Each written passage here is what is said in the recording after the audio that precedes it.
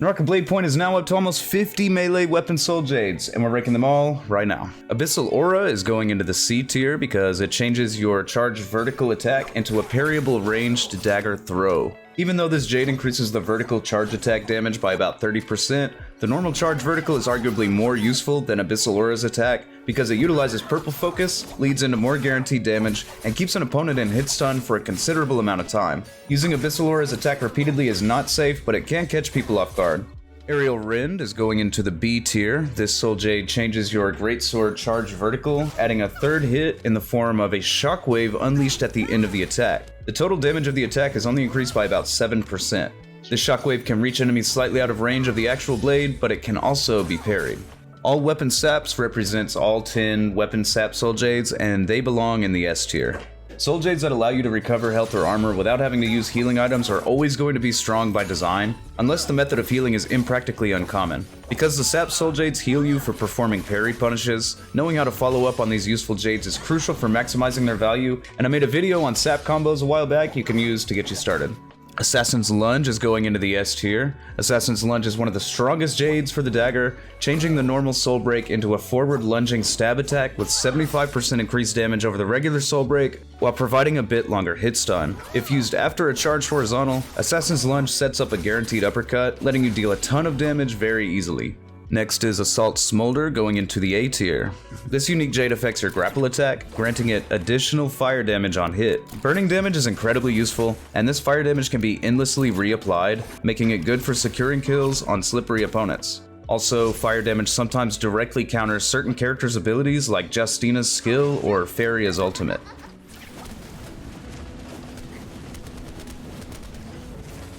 Benthic Descent is S tier. This is a souljade for the new dual halberds that alters the vertical follow-up after a horizontal charge, increasing its damage by more than 200% over the normal attack while keeping the enemy in a prolonged hit stun and in some situations leading into more guaranteed damage. Blistering Edge is also S tier. Blistering Edge changes Pulse Sword charged horizontal from a 2-hit attack to a single lightning fast fire damage dealing ranged attack that hits incredibly hard while being nearly impossible to parry on reaction.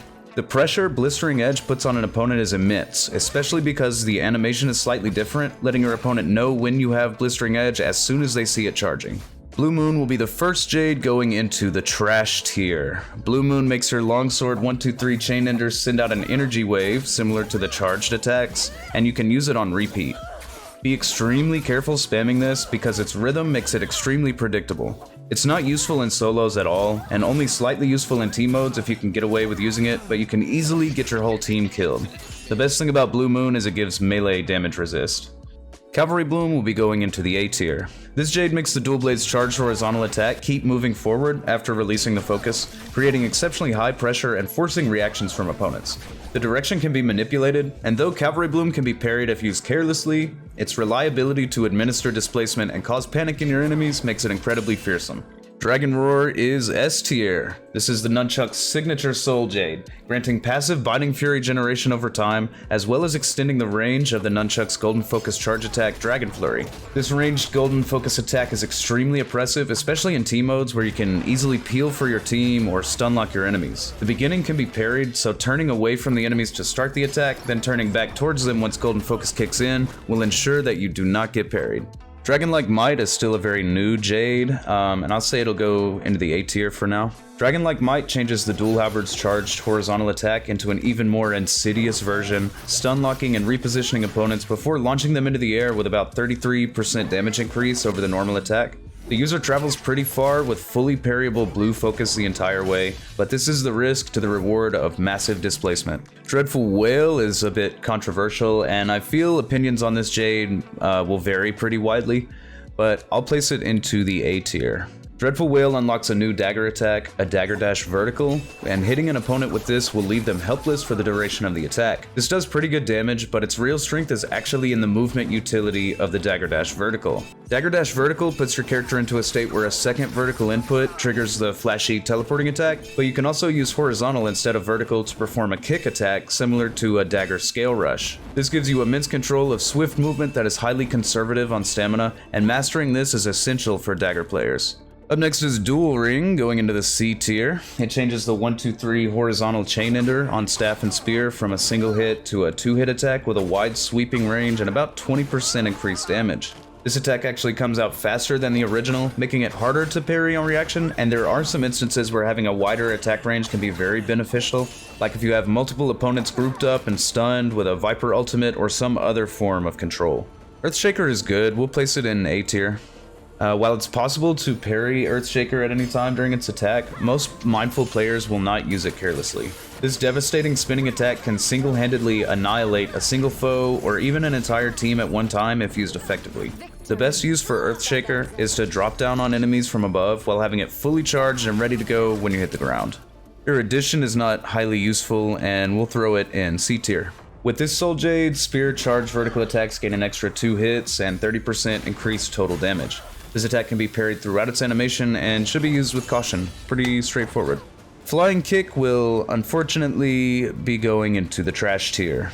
Flying Kick changes the Nunchuck's 1-2-3 horizontal chain ender into a single hit attack with a 40% damage increase. You can turn Flying Kick to fake an opponent out, but it's nearly impossible to punish an opponent afterwards. And its attack comes out slower than a normal Nunchuck's chain ender, making it only useful on an opponent who tries to prediction parry a 1-2-3.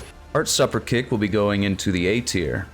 This Spear Jade causes Dragonslayer to silence opponents for 3 seconds, long enough to prevent an opponent from using a defensive ability for the entire duration of Neja's Might. And upon whiffing Dragonslayer, the Heartstopper Kick can be activated, granting a second chance to silence an enemy and activate Neja's Might. Opponents will be extra defensive against Dragonslayer timing when they see Heartstopper's unique charging animation, so use it sparingly. Hepta-Detach recently went through some pretty big changes that considerably lowered the damage and increased the heal amount. Regardless, this Jade will still be going into the S tier. Hepta-Detach unlocks a horizontal follow-up to longsword charged attacks that holds an enemy in place while damaging them and heals the user. The damage dealt from the Hepta attack itself is very low now, like around 150 damage, but it heals 4 times the damage it does. So the heal ranges from about 450 with a gray longsword to about 750 with a gold longsword. This attack can be guaranteed on an airborne opponent who is hit with a charged attack. Infernal Slash is next, and it's kind of a tough call. I'm gonna put it in the A tier. This Jade adds an 8-second burn to only the Greatsword's first and second stage charged horizontals, but not the third stage. This is good because first stage charged horizontal is a very useful gap closer and defensive skill punish. The damage over time and heal reduction from fire can provide high value in many situations, so any chance to apply it can be strong. Jabbing will also be going into the A tier. This Staff Jade alters the charged horizontal to be a single quick attack, but only increases the total damage by about 5%. The main reason this Jade is useful is because the attack is so fast, so it can easily punish someone who is trying to parry on Stanchion's timing.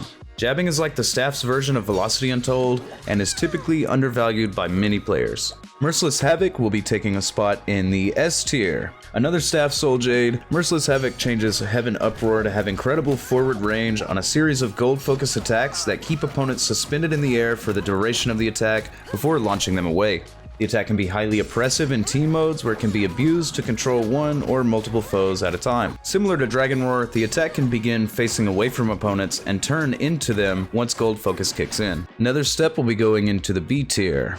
With Netherstep, a dagger user is able to chain multiple dagger dashes in succession, allowing for much more dynamic mix-ups with dagger dashing. It also lowers the stamina cost of dagger dashing, letting you do more of it in general. This one is good, but not insane. Ocean Parter is kinda good, but also kinda bad.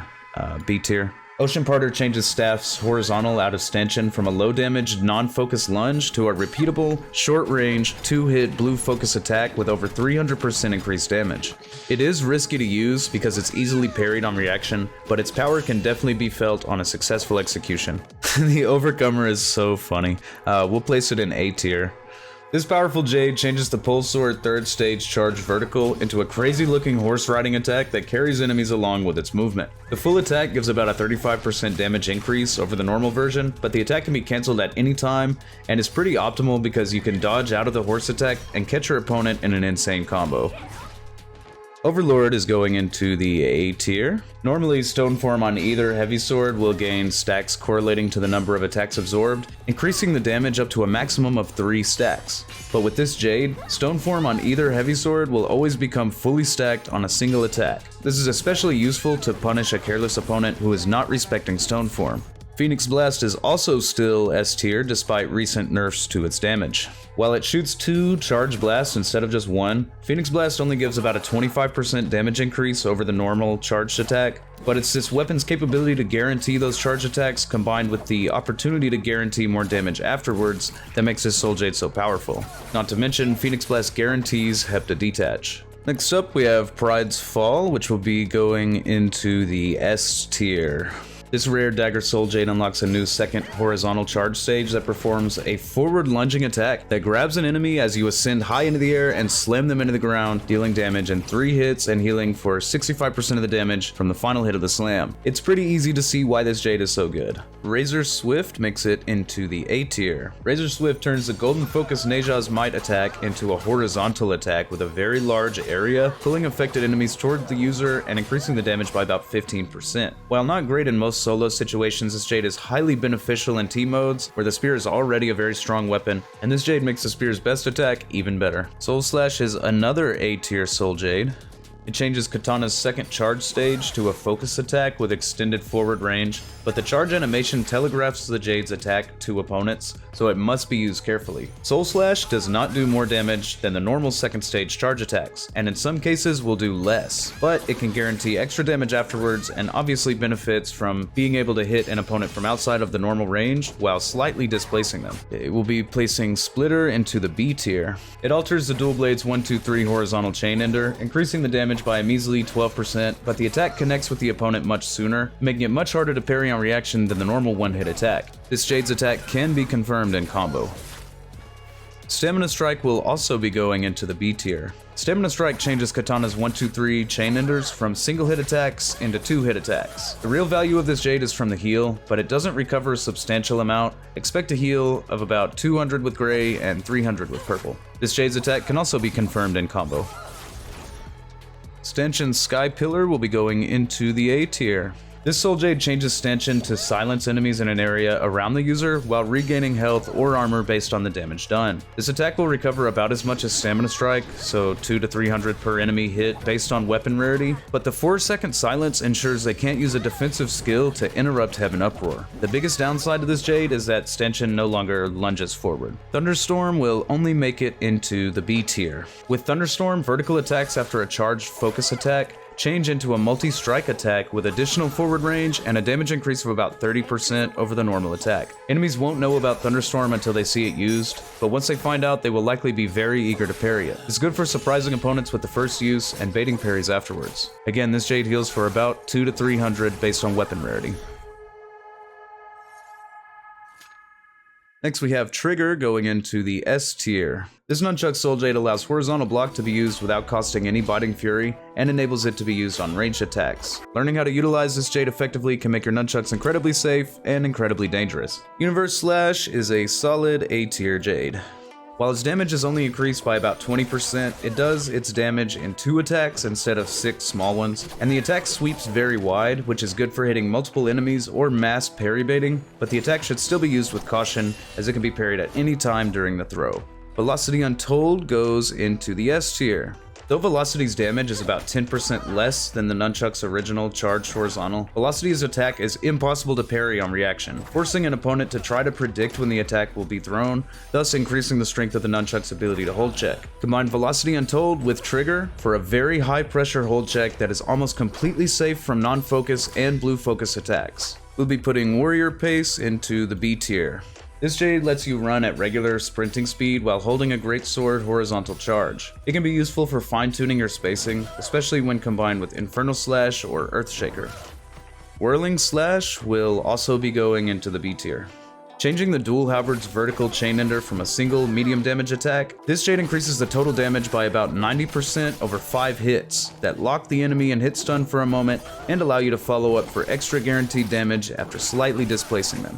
We're down to our last Jade of the day, and while most may place this in the trash tier, it's not actually as bad as most may initially think, and I'll tell you why we're placing it in the C tier. Whirlwind increases the total damage of the longsword uppercut by about 135%. It increases the horizontal area of the attack and makes the enemy go high enough on an uppercut to guarantee a charge vertical. Even though they go too high to grapple bump them after uppercut, you can still combo with Whirlwind by grappling the opponent in the air.